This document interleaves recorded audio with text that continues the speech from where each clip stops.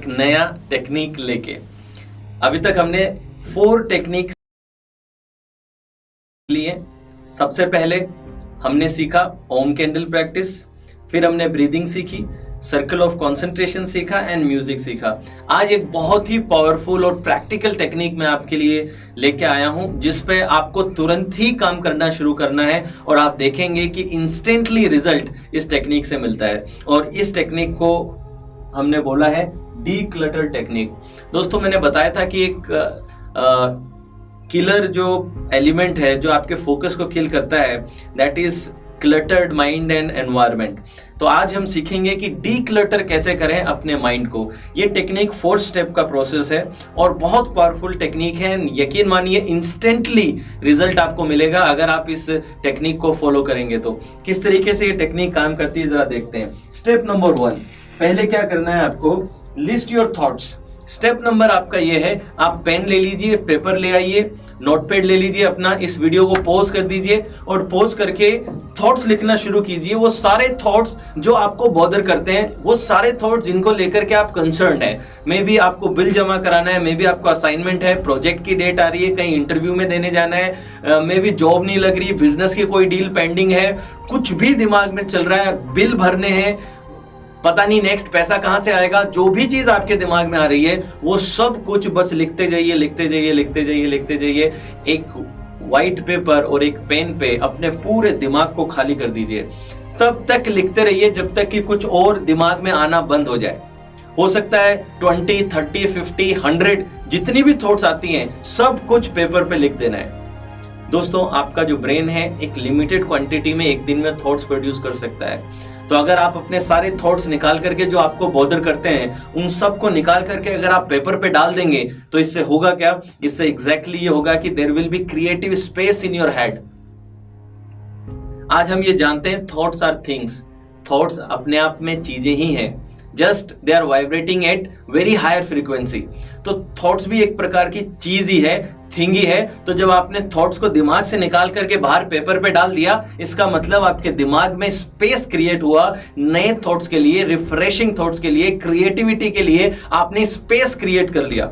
So I urge you right now, pause this video and start writing everything that comes to your mind that is bothering you, that you are worried about and that frightens you, that you are afraid of, that you are fearful of. Just write them down.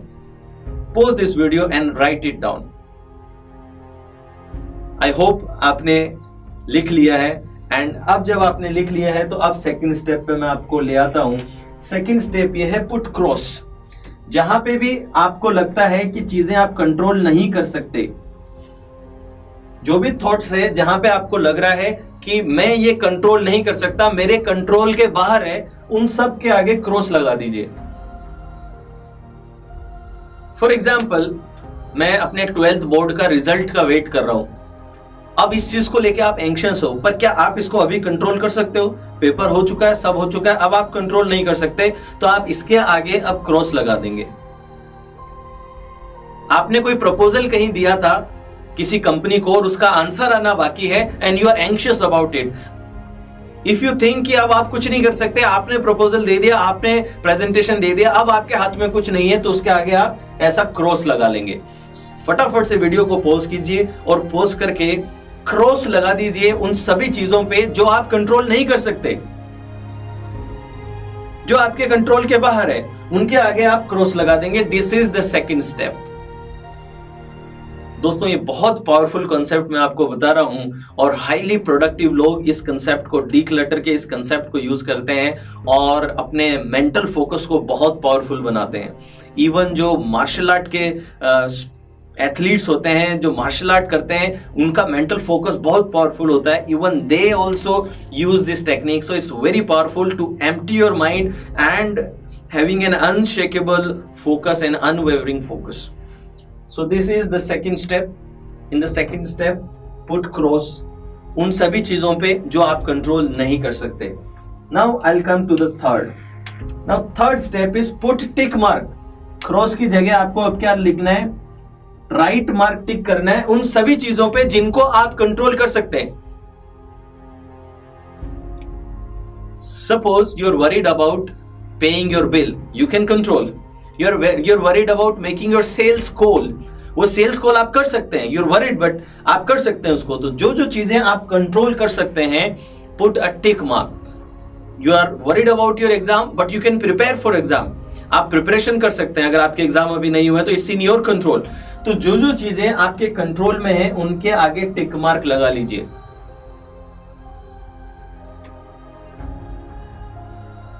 Pause this video and do it right now. I hope you've done it and now what you have to do? अब आपको fourth step पे आना है और fourth step है prioritise, यानी कि अब जो जो टिक मार्क वाली चीजें हैं उनको आप अलग से लिख लेंगे। सपोज आपने 50 टोटल लिखी थी, उसमें से जो जो चीजें आप कंट्रोल कर सकते हैं आप देखेंगे कि अराउंड 15 आउट ऑफ 50 10 to 15 ही ऐसी होंगी जो आप कंट्रोल कर सकते हैं। उन 10 से 15 को आप अलग से ले लीजिए और दूसरे पेपर पे भी आप रख सकते हैं, सेकंड पेपर पे आप रख लीजिए, नए पेपर पे रख दीजिए और आप उसको प्रायोरिटाइज कर दीजिए कि सबसे पहले कौन सा मुझे करना चाहिए, सेकंड पे कौन सा करना चाहिए, थर्ड पे कौन सा काम करना चाहिए, फोर्थ पे कौन सा करना चाहिए जो मैं कंट्रोल कर सकता हूं। तो ये जो 15 आपने एसेंस निकाल लिया जो आपके कंट्रोल में है, उसको निकाल करके आप नए पेज पे रख दीजिए और जो पुराना पेज है उसको फाड़ करके या तो आप जला दीजिए या फिर आप फ्लश कर दीजिए। आप देखेंगे कि आप कंप्लीटली फ्री फील करेंगे और सडनली एक डीक्लटर का फीलिंग आपके सामने आएगा। You will feel very organized और आपके सामने स्पेसिफिकली 15 टास्क लिखे होंगे कि ये मेरी प्रायोरिटी है, इनको मुझे ठीक करना है। That's it. दोस्तों, ये टेक्निक एक बेसिक प्रिंसिपल को यूज करती है और वो प्रिंसिपल स्टीफन कवी ने 7 habits of highly effective people में बहुत अच्छे से समझाया है। उन्होंने वहां पे एक बात करी है, circle of concern, COC is circle of concern and then there is circle of influence, COI। तो स्टीफन कवी ये बताते हैं, मेरे मुंह से स्टीफन हॉकिंग्स निकला, one of my favourite scientist, but Stephen Covey ने ये बताया कि सर्कल ऑफ कंसर्न में वो चीजें आती हैं जो हमें बॉदर करती हैं, जिनसे हम प्रभावित होते हैं, वो सर्कल ऑफ कंसर्न में आती हैं। और सर्कल ऑफ इन्फ्लुएंस में वो चीजें आती हैं जो हम कंट्रोल कर सकते हैं या इन्फ्लुएंस कर सकते हैं। ज्यादातर लोग प्रॉब्लम क्या होता है, उनका सर्कल ऑफ कंसर्न बहुत बड़ा होता है और उनका सर्कल ऑफ इन्फ्लुएंस जो है वो बहुत छोटा होता है, यानी कि they are bothered about so many things but they can control very limited things.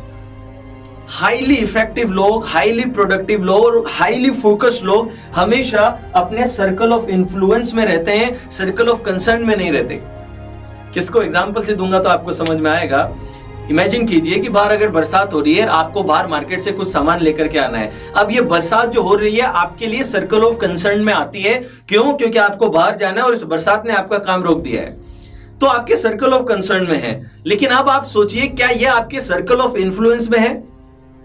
क्या आप बरसात रोक सकते हो? आप बरसात नहीं रोक सकते, लेकिन फिर भी लोग उस बरसात के बारे में सोचते रहते हैं। आज तो बहुत बरसात हो गई है, जब भी मुझे कोई इंपॉर्टेंट काम होता है ये बरसात हो ही जाती है, कब बंद होगी, कब चालू होगी, आजकल तो कुछ पता ही नहीं है, कभी भी बरसात हो जाती है, बिन बादल बरसात हो गई है, मुझे इंपॉर्टेंट काम था, अभी मैं क्या कर सकता हूं। आप अपने सर्कल ऑफ कंसर्न के अंदर क्लटर क्रिएट कर रहे हैं अपने ब्रेन में, जबकि आप रेन को नहीं रोक सकते। जब रेन को रोक नहीं सकते तो उसके बारे में कंप्लेन या ब्लेम करने से कुछ नहीं होगा। आपको क्या करना चाहिए? आपको तुरंत शिफ्ट होना चाहिए सर्कल ऑफ इन्फ्लुएंस में। आप देखिए कि रेन को मैं नहीं रोक सकता, लेकिन मैं क्या कर सकता हूं? मैं छाता लेकर के जा सकता हूं अगर मेरे लिए इंपॉर्टेंट है, या फिर मुझे वेट करना पड़ेगा। अब देखिए, आपका माइंड बिल्कुल क्लटर्ड नहीं है क्योंकि आप सर्कल ऑफ इन्फ्लुएंस में रहे। दूसरा एग्जांपल अगर मैं आपको दूं तो सपोज आप ट्रैफिक में फंस गए हैं, ट्रैफिक जैम लगा हुआ है। जनरली लोग जब ट्रैफिक में फंसते हैं तो क्या करते हैं? आसपास के लोगों को गालियां निकालने लगते हैं, या फिर लोगों की ड्राइविंग स्किल को क्रिटिसाइज करने लगते हैं, या फिर सरकार को क्रिटिसाइज करते हैं, या फिर ट्रैफिक पुलिस को क्रिटिसाइज करते हैं कि भारत में कुछ नहीं हो सकता, ये ट्रैफिक हमेशा जाम होते हैं, क्यों हम लोग डिसिप्लिन नहीं है। आप 50 तरीके की बातें कर सकते हैं, लेकिन यहां पे आपको सोचना है कि क्या ये मेरे सर्कल ऑफ कंसर्न में है? हाँ है, बिल्कुल है। आप कहीं पहुंचना चाहते हैं और ट्रैफिक बीच में आ गया तो आपके सर्कल ऑफ कंसर्न में तो ये है, लेकिन क्या आप ट्रैफिक हटा सकते हो? अगर आपको लगता है आप हटा सकते हो तो गाड़ी से बाहर निकल करके लोगों को रास्ता दिखाओ और ट्रैफिक जाम को तोड़ो। लेकिन अगर आप नहीं कर सकते, if you know that you can not do it, it's not in your circle of influence, अगर ये जाम हटाना आपके सर्कल ऑफ इन्फ्लुएंस में नहीं है, तो आप तुरंत पूछिए कि इस समय मेरे सर्कल ऑफ इन्फ्लुएंस में क्या है। मे बी कोई ऑडियो बुक सुन लेना, मे बी कोई 2-4 इंपॉर्टेंट कॉल कर लेना, मे बी जस्ट रिलैक्स कर लेना, एक अच्छा सा म्यूजिक लगा करके थोड़ा एंजॉय कर लेना है, रिलैक्स कर लेना, ये आपके हाथ में है। तो you have to stay in your circle of influence. तो जब आप ये डीक्लटर एक्सरसाइज करेंगे तो आप देखेंगे कि आप सर्कल ऑफ इन्फ्लुएंस में आ गए, और जो लोग सर्कल ऑफ इन्फ्लुएंस में रहते हैं they are highly highly highly effective and their focus muscle is strongly powerful, very powerful focus muscle they can achieve.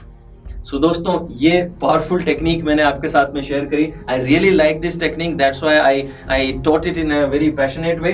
Declutter आपको करना है। स्टेप 1, पूरी लिस्ट बना लीजिए जो चीजें आपको बॉदर कर रही हैं, जिनको लिए आप कंसर्न्ड है। सेकंड, आप क्रॉस कर दीजिए जो चीजें आप कंट्रोल कर सकते।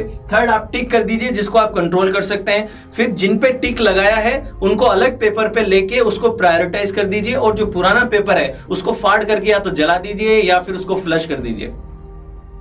दोस्तों, अगर तो आपकी प्रॉब्लम का सॉल्यूशन है तो why you have to worry about it, और अगर तो प्रॉब्लम का सॉल्यूशन नहीं है then why you are worrying about it. जब सॉल्यूशन ही नहीं है तो फिर चिंता क्यों करनी है, और सॉल्यूशन है तो फिर ढूंढ लो।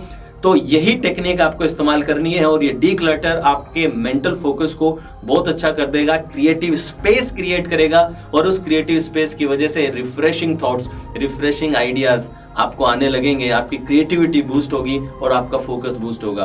Thank you so much for listening. अगर आपने एक्सरसाइज अभी नहीं की है तो तुरंत इस एक्सरसाइज को आप करना शुरू कीजिए। नॉलेज और एग्जीक्यूशन, मैं फिर कह रहा हूं, एग्जीक्यूशन से ही कुछ हो सकता है। आपका जो भी होगा वो एग्जीक्यूशन से होगा, प्रैक्टिस से होगा। रिजल्ट मिलेगा प्रैक्टिस से मिलेगा, नॉलेज से नहीं मिलेगा। कोई भी नॉलेज तब तक रियल नॉलेज नहीं है जब तक उसने आपके बिहेवियर को चेंज नहीं किया, जब तक उसने आपको रिजल्ट नहीं दिया। तो make sure you apply these techniques. मैं आपसे अगली क्लास में फिर मिलूंगा नई टेक्निक के साथ में। Thank you so much.